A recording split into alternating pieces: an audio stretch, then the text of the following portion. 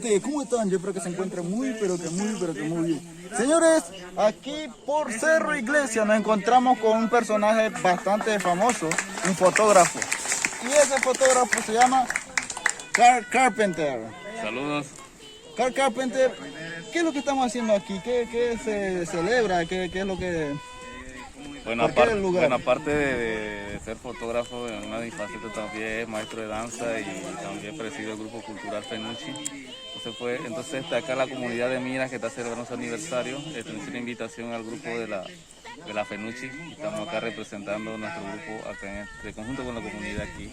Y bueno, compartiendo con ellos un poco de lo que hacemos, danza tradicionales, propio del pueblo Move Buglé. Y bueno, y compartiendo con la comunidad y bueno, mostrando un poco de nuestro arte acá. Lo importante es resaltar la cultura y las tradiciones propias nuestro personal, cual aquí el grupo cultural también se está presentando, así que seguimos con más videos y más entrevistas.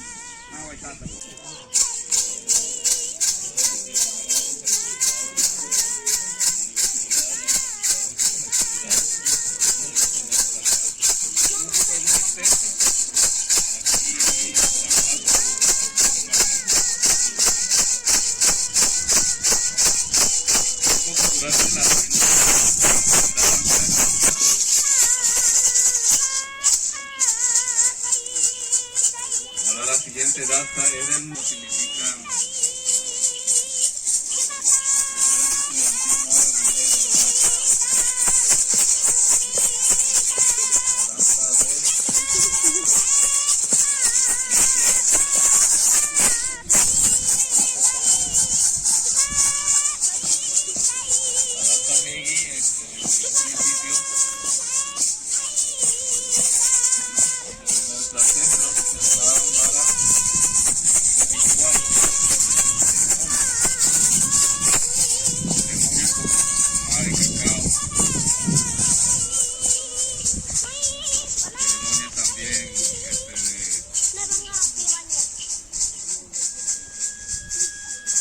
un bebé.